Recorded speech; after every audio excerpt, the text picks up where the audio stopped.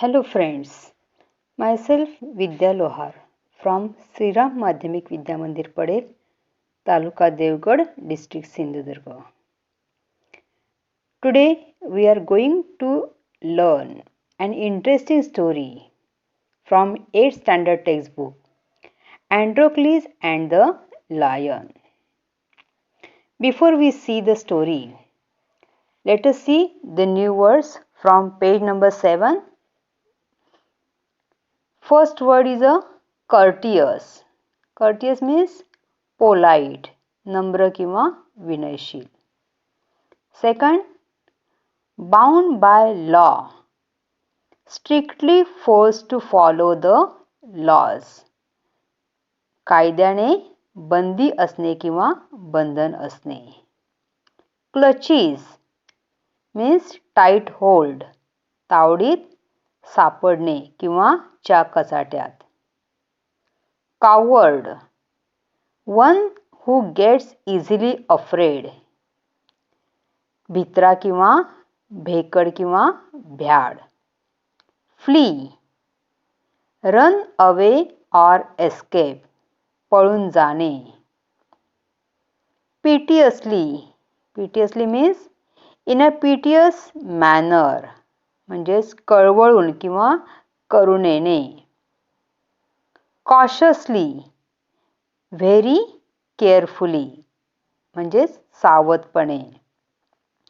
Moan, made painful sound, म्हणजेच कण्हणे किंवा कण्हला. Whimpered, cried painfully, मुसमुसत रडला किंवा हुंदका दिला. Distress, great trouble, मानसिक दुःख किंवा यातना. Summing up courage means धैर्य एकवटत किंवा धैर्य गोळा करून. Intention, purpose, मराठीत हेतू किंवा उद्देश. Deftly, skillfully and quickly, चपळपणे. Arena, a ground surrounded by seats on all sides for sports and other public events. मराठीत त्याला म्हणायचे रिंगण. Dismayed, sad, निराश. Ferocious, wild and dangerous or fierce, म्हणजेच भयंकर किंवा क्रूर. Put up a brave front, show that one is not afraid, म्हणजे घाबरलो नाही असं दाखवणे. And last word is move by, have strong feelings, भारावून गेला. Now open your book, page number 7. Let us see the story Androcles and the Lion. Long, long ago, there lived a kind, gentle and courteous man called Androcles. But he had a very cruel master. In those days, kings, nobles and other wealthy men used poor people as their slaves. Androcles was a slave. The slaves were forced to work for their masters. They had to do what their masters told them.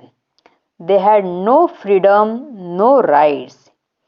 Even when they were unhappy with their masters, they could not leave him. They were bound by law to obey their masters, however wicked he might be. Now, let us see the meaning of this first paragraph. Long, long ago म्हणजेच काय? फार फार वर्षापूर्वी. There lived a kind, gentle and courteous man called Androcles. Androcles नावाचा एक अतिशय kind म्हणजे दयाळू, जेंटल म्हणजेच काय? सभ्य आणि courteous म्हणजेच नम्र विनयशील असा एक मनुष्य राहत होता. He had a very cruel master, but he had a very cruel master, त्याचा मालक मात्र अतिशय वाईट होता, दुष्ट होता.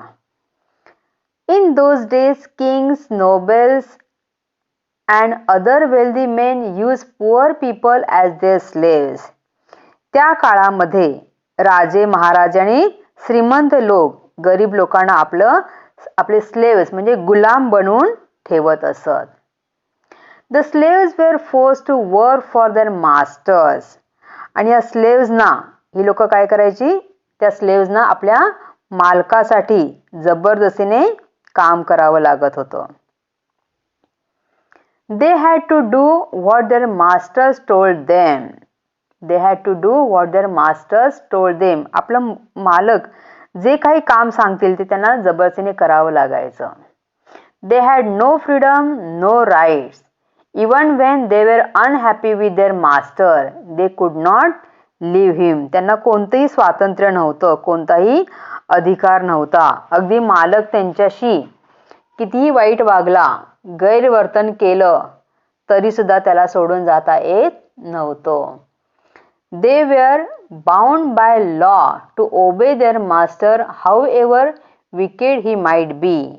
मालक त्यांचा कितीही वाईट असला, कितीही क्रूरपणे वागला, तरी त्याची आज्ञा पाळणं हे त्यांच्यासाठी बंधनकारक होते. Now, second paragraph. Androcles did not like his heartless, wicked master. His master starved his slaves and often whipped them. Androcles felt that even death was better than serving such a master. He kept looking out for a good opportunity. At the first chance he got, he escaped from the clutches of his cruel master. Let us see the explanation in Marathi. Androcles did not like his heartless, wicked master. Heartless means निष्ठुर, निर्दयी, आणि wicked means क्रूर, दृष्ट. अँड्रोक्लिसला त्याचा निर्दयी आणि निष्ठुर मालक अजिबात आवडत नव्हता. कारण का? His master starved his slaves and often whipped them. Starve म्हणजे उपाशी ठेवणे आणि व्हीप म्हणजे चापकाचे फटके मारणे. त्यात तो मालक काय करायचा? त्या गुलामांना उपाशी ठेवायचा आणि चापकाचे फटके देखील मारायचा.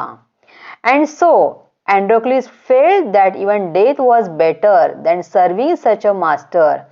आणि त्यामुळे अशा मालकाची सेवा करण्यापेक्षा मेलेलं बरं असं त्याला वाटत होतं. He kept looking out for a good opportunity. Opportunity means संधी, आणि त्यामुळे तो एका चांगल्या संधीची वाट पाहत होता. At the first chance he got, he escaped from the clutches of his cruel master. आणि त्याला अशा प्रकारे संधी मिळाली आणि तो आपल्या क्रूर मालकाच्या कचाट्यातून सुटण्यामध्ये तो यशस्वी झाला.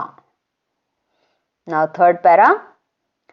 Now although Androcles had thus run away, he was not a coward. He took shelter in a forest. He was not afraid of the wild beasts that roamed the forest. He did not mind that he had no roof over his head. He was happy that he was free as a bird to go wherever he wished. Although Androcles had thus run away, he was not a coward. जरी अँड्रोक्लिस पळून गेला तरी तो काही भित्रा नव्हता. He took shelter in a forest. त्याने एका जंगलामध्ये आश्रय घेतलेला आहे, लपून बसला. He was not afraid of the wild beasts that roamed the forest. Roam म्हणजे भटकंती करणे किंवा फिरणे. जंगलात फिरणाऱ्या श्वापदांची त्याला भीती वाटत नव्हती. He did not mind that he had no roof over his head. Roof म्हणजे छप्पर. आता आपल्या डोक्यावर छप्पर नाही याची सुद्धा त्याला चिंता वाटत नव्हती. He was happy that he was free as a bird to go wherever he wished. आता तर आनंद झाला होता, कारण एखाद्या पक्षाप्रमाणे मनाला येईल त्याप्रमाणे आपण कुठेही फिरू शकत होतो, त्याचा त्याला जास्त आनंद होता. One day as he was wandering in the forest, he suddenly came face to face with a lion. His first reaction was to turn and flee. But then he saw that the lion had not moved on seeing him. It neither growled nor roared. In fact, it looked at him piteously, as if it was in a great pain. One day, एके दिवशी काय झालं? जंगलात फिरत असताना अचानक एक सिंह त्याच्या समोर आलाय. फेस टू फेस म्हणजे समोर आलाय. His first reaction was to turn and flee. आणि त्याला पहिल्यांदा काय वाटलं की आपण मागे फिरून पळून जावं. But then he saw that the lion had not move on seeing him. पण त्याने पाहिलं की आपल्याला बघून सिंह जागचा हल्ला सुद्धा नाहीये. Neither ग्राउल्ड nor रोअर्ड. ग्राउल्ड म्हणजे गुरगुरणे, डरकाळी फोडणे. रोअर म्हणजे सुद्धा गर्जना करणे किंवा डरकाळी फोडणे. तो गुरगुरला सुद्धा नाही किंवा त्याने डरकाळी सुद्धा फोडली नाही. In fact, it looked at him piteously as if it was in a great pain. आणि त्याच्या लक्षात आलं की जणू काही त्याने वेदनेने तो केविलवाणेपणाने तो आपल्याकडे पाहत याची त्याला जाणीव झाली. Androcles paused. Then he moved very cautiously towards the lion, step by step. The lion moaned and whimpered, "Please help me." Its eyes seemed to say. When Androcles drew near, the lion lowered its head and began to lick its paw. Then Androcles saw that the lion's paw was wounded, sore, and swollen. On a closer look, Androcles noticed that a big thorn had pierced one of the lion's toes. So this is the cause of the lion's distress, thought Androcles. Summing up all the courage, Androcles stretched his hand slowly toward the injured paw. He was afraid that the lion would attack him if he touched its swollen paw. But the lion seemed to understand his good intention. Androcles paused. Pause म्हणजे तो थांबला, थबकला.